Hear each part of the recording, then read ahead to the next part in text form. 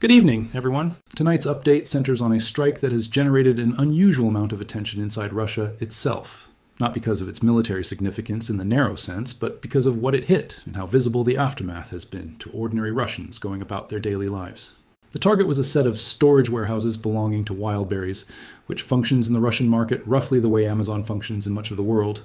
a dominant online retail platform that hosts warehousing, fulfillment, and logistics for a huge number of small and medium Russian businesses and individual sellers. Reports describe at least 2, and possibly a third, major storage facilities at this site going up in flames simultaneously, producing a smoke column large enough to be tracked by weather satellites and visible from tens of kilometers away, reportedly stretching across a significant portion of the Moscow region and partially obscuring the sky over nearby towns.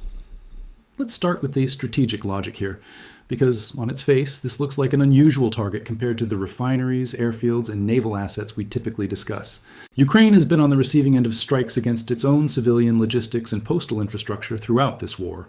including facilities belonging to Ukraine's National Postal Service and private delivery operators, which Russia has periodically justified by claiming, often without solid evidence, that such facilities were being used to store military equipment or drone components. Whether or not those specific Russian justifications held up to scrutiny,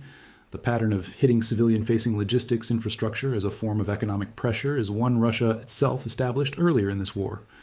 What we are apparently seeing now is a mirrored response. Ukraine targeting a major Russian civilian logistics platform, and one with a very specific ownership structure that makes it a more defensible target than a random small business would be. Wildberries, according to widely reported ownership history, is controlled by a businessman with close ties to the Kremlin,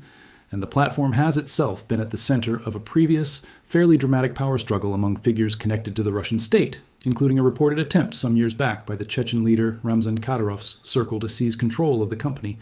an episode that reportedly involved armed men and gunfire before the dispute was resolved in favor of the current ownership, with Kadyrov ultimately deferring to Putin's preference on the matter. That history matters here because it establishes Wildberries not as a neutral, apolitical marketplace, but as a genuine node in the network of Kremlin-adjacent oligarchic wealth, which is precisely the kind of target Ukraine has increasingly signaled it considers fair game, not ordinary civilian life, but the specific economic infrastructure that channels money toward the people and institutions sustaining the war effort. The financial damage being cited from this strike runs into the billions of rubles, with some estimates suggesting losses north of 100 billion rubles when accounting for destroyed inventory, lost future income for the platform, and the broader disruption to the small businesses that relied on these warehouses. It is worth understanding how that damage actually falls, because it does not fall evenly. Wildberries, like most large marketplace platforms, operates under contracts with individual sellers that explicitly disclaim responsibility for goods lost to fire, drone strikes, or similar events beyond the platform's control.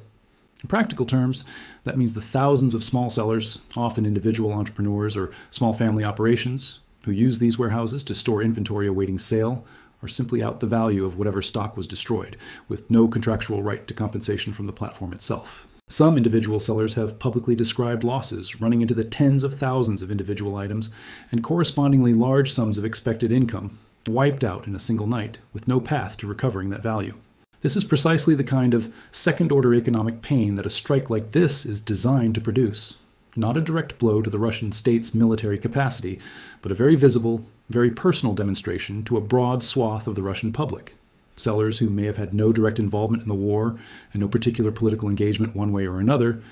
that the war their government started can now reach into their own livelihoods. There is an emotional and rhetorical dimension to this story that is worth engaging with, honestly, rather than glossing over. Several of the people filming and reacting to the fire, based on circulating footage, describe reactions ranging from shock to something closer to disbelief that ordinary commercial life inside Russia could be touched this directly. It is a fair and pointed observation that a population capable of expressing surprise or distress at losing warehouse inventory has, for the most part, shown considerably less visible public distress about the destruction Russia has inflicted on Ukrainian civilian infrastructure over more than 4 years of war. Apartment blocks, hospitals, power stations,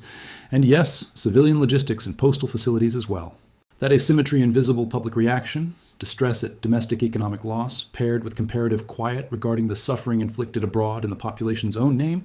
is one of the more uncomfortable but analytically important threads running through how this war is being experienced differently on each side of the border. None of that is to say every individual affected bears personal moral responsibility for state policy,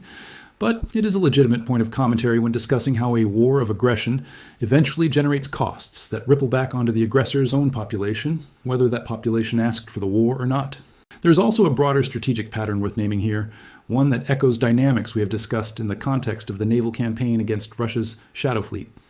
The idea that you do not need to strike every target directly to change behavior, you simply need to strike enough targets that an entire category of activity starts to look unacceptably risky. Just as tanker operators and shipping brokers become warier of moving Russian oil once enough vessels have been disabled, ordinary Russian sellers and consumers may become warier of using a highly centralized, high-visibility logistics platform once it has proven itself vulnerable to exactly this kind of strike. The likely behavioral response, if this pattern continues, is a shift towards smaller, less centralized, less publicly branded storage and fulfillment arrangements. Businesses quietly moving inventory into smaller regional warehouses without major corporate signage, or individuals choosing to store and ship goods from home rather than relying on a single, large, identifiable, and now demonstrably vulnerable national platform. That shift would reduce the efficiency and reach of Russian domestic commerce, a genuine economic cost, even if it also makes any individual future target harder to locate and strike at scale. Meanwhile, the broader long-range strike campaign against Russia continues to intensify by most available measures. Russian officials themselves have reportedly acknowledged an unusually high volume of drone activity directed at the Moscow region over the past week, with figures in the range of close to 1,900 individual drone launches tracked heading toward that area alone, the large majority reportedly intercepted. Though even a modest fraction of debris or leakage through that interception effort is enough to produce real damage, given the sheer volume involved. This represents a meaningful shift in the tempo of Ukraine's long-range strike posture. And it appears to be part of a broader trend in which Ukraine's ability to sustain frequent, large-scale drone strikes against the Russian interior has begun to outpace, at least in terms of raw launch volume, Russia's own long-range strike capacity against Ukraine. Even though Russia retains an important asymmetric advantage in the form of ballistic missiles, weapons that Ukraine currently has very limited capability to intercept, compared with the layered air defenses it has built up against slower drone and cruise missile threats. There has also been continued naval activity near Novorossiysk, with reports of more than 10 additional Russian vessels struck in a single overnight period, consistent with the sustained tempo of the maritime campaign discussed previously. At the same time, it is worth noting a comparative lull in strikes specifically against Russian oil refineries and the key bridge infrastructure connecting Russia to occupied Crimea over the preceding several days, a pause reportedly linked to an internal reassignment. The Ukrainian commander previously associated with coordinating those particular strikes has, according to these reports, been reassigned to a different area of responsibility, a move connected to broader and increasingly public friction between Ukraine's top military leadership and officers associated with more aggressive, technologically innovative strike planning. This is part of a larger and genuinely significant story developing inside Ukraine's own military and political establishment, involving disagreements over strategy, personnel, and the direction of the drone and long-range strike program. And it deserves its own dedicated treatment rather than a brief mention here, so we will return to it in more depth in an upcoming update. Elsewhere, the oil storage and processing facility near Feodosia in occupied Crimea continues to be one of the most frequently revisited targets on the peninsula, with satellite fire detection data indicating continued burning at a site that had already been substantially damaged in earlier strikes. Additional footage shows continued drone activity against power infrastructure and electrical substations across Crimea, reinforcing a slow but steady campaign to isolate the peninsula's energy and fuel systems from the rest of Russia's occupied and domestic territory. On the Russian side, there are reports that specialized drone units normally deployed to the most demanding sectors of the front line are being partially redirected toward protecting commercial shipping in the Black Sea and Sea of Azov, functioning essentially as maritime drone interceptors. From Ukraine's perspective, this redirection, while it does complicate future naval strikes, is not entirely unwelcome, since any specialized capability pulled away from frontline operations to defend commercial shipping is a capability no longer available to contest Ukrainian positions on land,